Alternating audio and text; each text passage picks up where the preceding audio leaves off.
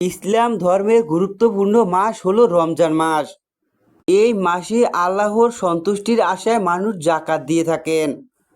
তাই তো এবার গরিব দুঃখী মানুষদের পাশে দাঁড়িয়ে আল্লাহর সন্তুষ্টির আশায় জাকাত দিলেন মিজানুর রহমান আজহারি। মিজানুর রহমান আজহারি গরিব দুঃখী অসহায় বাচ্চাদের জাকাতে কি দিলেন, বিস্তারিত সম্পূর্ণ জানতে হলে ভিডিওটি না টেনে দেখতে থাকুন শেষ পর্যন্ত।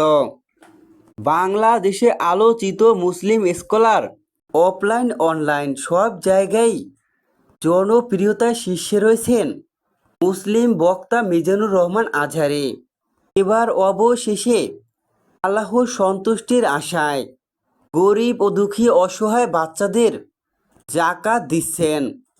যেখানে দেখা যায় মিজানুর রহমান আজহারি মাদ্রাসায় গিয়ে কিছু বাচ্চাদের জাকাত দিচ্ছেন তিনি। সেখানে নগদ অর্থ টাকা, এর সাথে রয়েছে খাদ্য বস্ত্র গরিব দুঃখী অসহায় বাচ্চাদের হাতে তুলে দিচ্ছেন মুসলিম বক্তা মিজানুর রহমান আজহারি।